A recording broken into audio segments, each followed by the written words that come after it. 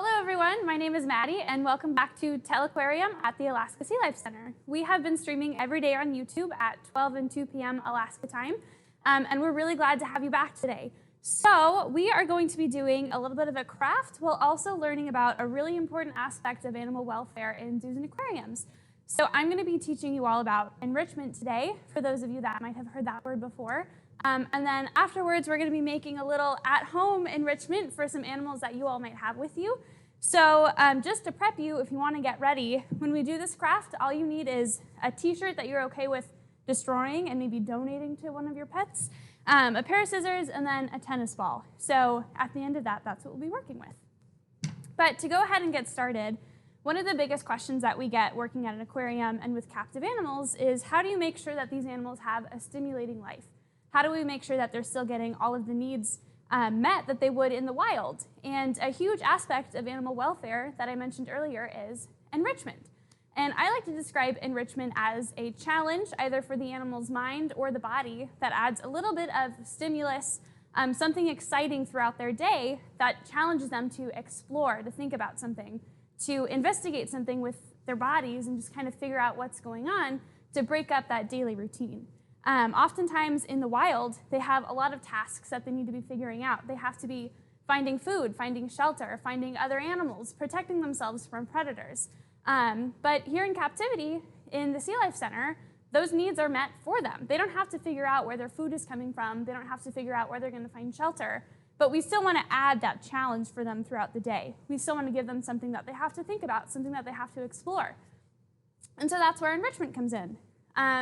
The cool thing about enrichment is that it's not necessarily one thing that you can point to and say, this is enrichment, because it comes in all different shapes and sizes. When you come to the SeaLife Center, you might see that we give our animals toys. We give them these big plastic blocks, something that they can kind of investigate.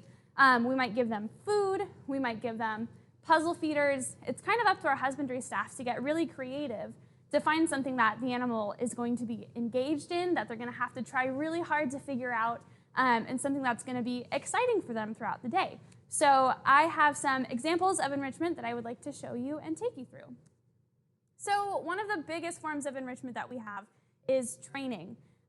We do this daily with so many of our animals because it's helping them learn new behaviors, so it kind of gets that mental stimulation going. But a lot of times we can train them to do these physical actions that get them moving. And so this is really exciting for them. It's engaging. They get treats at the end of it, which is also a huge motivator. It's building that relationship between our husbandry staff and our animals. And that's something that you might have seen us doing in previous Telequarium posts. And so it's definitely something that we'll be doing in the future as well. But it's definitely one of my favorite activities to watch. And it's a really huge aspect of enrichment and animal welfare. Another part of enrichment is just companionship, is having other animals with you. Oftentimes, here at the SeaLife Center, it's hard to find an animal that's in solitude. We like to give them other animals to be around because a lot of them are not solitary animals. They like to build those relationships. They like to have those other just friends around them. And so that's a really natural behavior in the wild that we try and give them here while they live at the SeaLife Center. Toys. So we have a really cute picture of a little sea otter playing with a little turtle. And it might seem silly to think, you know, in the grand scheme of taking care of animals, is it really that important to dedicate time to giving them toys? But yes, it might be something that's colorful. It might be something that we add a new scent to that they kind of have to figure out. It might be something that they have to physically manipulate and play with. And a lot of times it is for these simple aspects of them having fun. Just like we at home like to play with toys, just like kids like to play with toys, it's a very similar aspect. It's a similar behavior and something that we try and introduce to them. And it could also be something as simple as giving them ice. A lot of our animals here at the SeaLife Center really like to play in ice. So that's something that's just kind of a different sensory object for them. You can simply fill a bucket, put some ice in it, and they have a ball. Another fun aspect of ice is you can freeze stuff in it. This is something that I like to do with my dog at home, is if you freeze a treat in the middle of a block of ice, then that's a really huge motivator for them and something that will engage them for quite some time to try to get to the center of that. So that's something that you might see in zoos and aquariums, is sticking a fish in a giant block of ice and having the animal have to work to get to the center of that ice block. And then we can also have a lot of fun with it. You'll see maybe on particular holidays like Halloween, we'll give our animals pumpkins.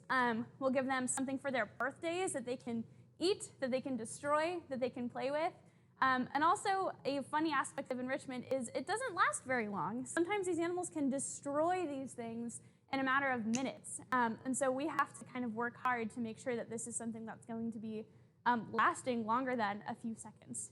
But food oftentimes goes fairly quickly. That's a really exciting motivator for our animals. And then we can also do things for fun that also are fun for people. Like we have birds here that know how to paint. We put paint on their feet. They walk around. It's just kind of something new for them, but then we got a really cool painting out of it. And we can say, hey, this puffin painted this for me, which is really exciting.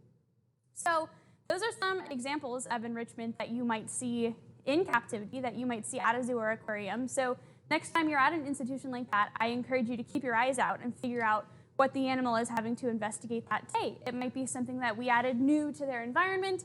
It might be a toy. It really comes in so many different shapes and sizes, and it's constantly changing. But to move forward, we have been staying home. We have a lot of our animals who are also staying at home with us. And so there are really easy ways to make enrichment for your animals. So today we're going to be making a little tennis ball friend. Not quite an octopus. I'll stick it under the dot camera.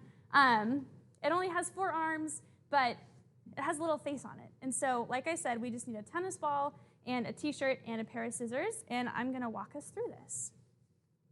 So step 1, just lay your t-shirt flat in front of you. We are going to take our pair of scissors, and we're going to start chopping. So make sure that you are okay with destroying this t-shirt. We have a fun one today. It says I wear this shirt periodically. It's got a periodic table on it that will soon be destroyed.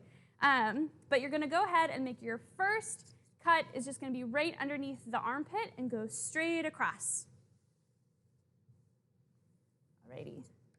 So while I'm doing this, I'm going to tell you guys some of my favorite enrichment examples that I have seen in the past. For one, at a previous institution that I worked at, we had a cougar exhibit that was really close to our just kind of family farm pygmy goat exhibit. So sometimes what we would do is if our cougars were inside of their holding area and they were not on exhibit at all, we would take our goats for a walk. And so that would be fun for them. And we would walk them through the animal exhibit, the cougar exhibit, so that they got to experience that. And then once they left, we reintroduced the cougars, and then they got this goat smell that was really exciting. So it was kind of a double enrichment.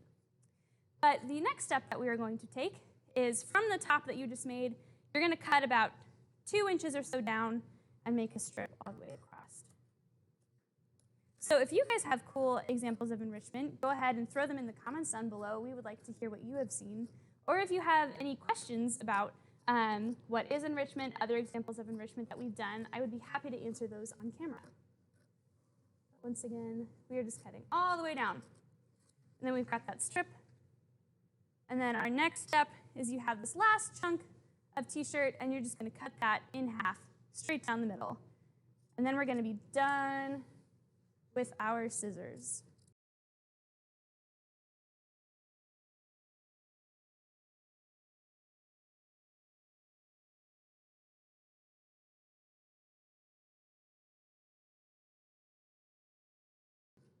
So we have a question, do any of our animals have favorite toys? I'm not particularly sure, however, I do know that a lot of our birds really enjoy the color yellow. So that's another really fun aspect of enrichment, is you can see your animals developing favorites. You can see what they get more excited over. And also if there are funny patterns, something as simple as the color yellow. So next up, you have these 2 larger chunks. You're just going to make a crisscross. You're going to make a bit of an X with them. You're going to overlay each other, and then take your tennis ball, stick that directly in the middle. You got that X, and then you're going to flip it over and just cover your tennis ball with your fabric. And so you've got this like ghost-looking thing going on. And so then your next step is you have this thin strip that you cut earlier, and then you're just going to tie it around the base of the tennis ball to make sure that it's nice and secure at the top there. So a bit of a bummer about the shirt that I chose is we cut off the fun part. We cut off all the colors. So If you have a cool tie-dye shirt or something with a lot of patterns, that would also be extra fun for your animal to investigate. But we've got kind of this beige color. Still fun. So I'll do a bit of a double knot. And then we are almost done. So the next steps that we're going to take is you've got these larger chunks here. At the bottom, you should have 4 large chunks.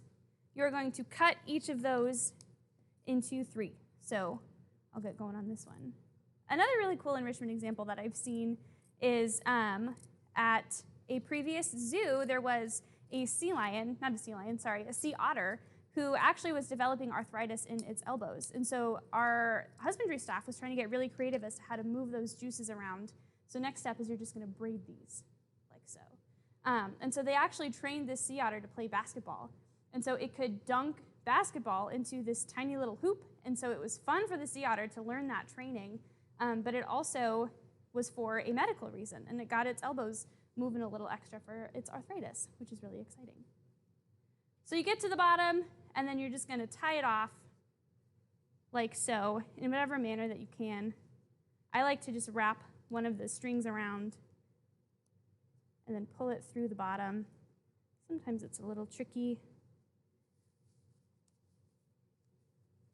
And then you got one little braid. I'll try and get this one to stay later. But you're just going to keep doing that with all of your 4 big chunks, is you're just going to cut them into strips of 3. I'll get this going again. And then you're going to braid each one of them. So physical stimulation, like taking our dogs for walks or what have you, is a really huge part of enrichment, but sometimes they need something a little extra. Or if it's really hard to get outside, like the weather's not great or you just don't have the time, a really great replacement for that is giving them something that is kind of mentally challenging, something that exercises their brain. And so that can be as simple as a new toy. It can be rotating their toys through, and that is an action that we definitely take here at the SeaLife Center, is making sure that our animals are looking for something new, is that they're never bored throughout the day. Their routines are changing so that they don't really know what's coming. And that makes it so that it's not a super mundane routine for them. And someone asked yesterday, we were hanging out in front of our stellar sea lion exhibit, someone asked us if our visitors or if our animals were kind of missing that visitor interaction. And enrichment is a huge part of making sure that they are not noticing the changes, as they are still having those exciting moments and something that they're not really sure of what's going to come next. And we'll keep going. I encourage you all to tune into our 2 p.m. live stream today. We have kind of a really exciting day planned for us, and it goes along with the theme of enrichment, is it may or may not be a very special member of our SeaLife Center's birthday today, and it may be a seal's birthday.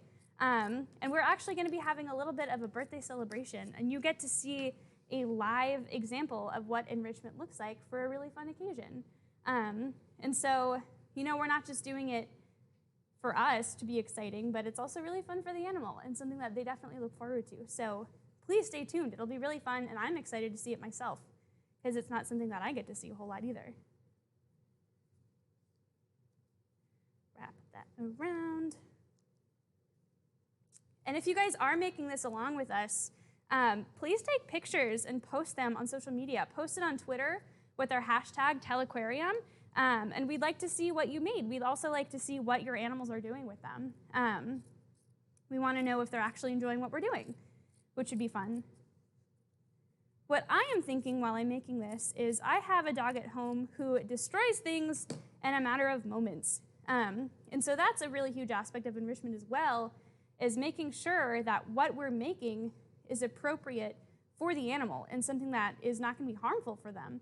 And so we have to make sure that we're giving them material that they're not necessarily going to be able to destroy in a matter of moments and then maybe accidentally ingest something that they shouldn't have. And so that's something that we worry about with our pets at home, and it's a huge aspect of what we give our animals here. So everything that we give them is safe and something that we know that they will be able to handle and they won't get themselves into any trouble. So we have these huge, they kind of look like industrial level plastic balls that we give sea lions here, for example, and they're really cool to look at. So you've got these 4 braids going on, and then you've got these 2 at the top. You can leave them hanging if you want for extra fun. I'm going to kind of tie mine around like this, Just tie it around the bottom. Give it a little extra at the top. And then you have a toy. So this is something that we would love to see you giving your pets at home. It doesn't have to be a dog. I don't have a cat, but maybe they'll play with this. You can draw a little face on it if you want. You can draw lots of colors and different designs just to make it extra exciting. Maybe you can spread some peanut butter or some treats or whatever you want on it. It's really fun to get creative because there really are no limits when it comes to creating enrichment. It can be whatever you want it to be. But like I said, we have some really exciting stuff coming later today. I hope you get to see our enrichment in action, and thank you so much for tuning in with us. Once again, we do this every single day on YouTube at 12 and 2 p.m. Alaska time. Give this a like, comment on this, and subscribe to our channel so that you can keep seeing this really cool content, and we get to keep up with what you're doing as well. Once again, my name is Maddie, and thank you so much for tuning in.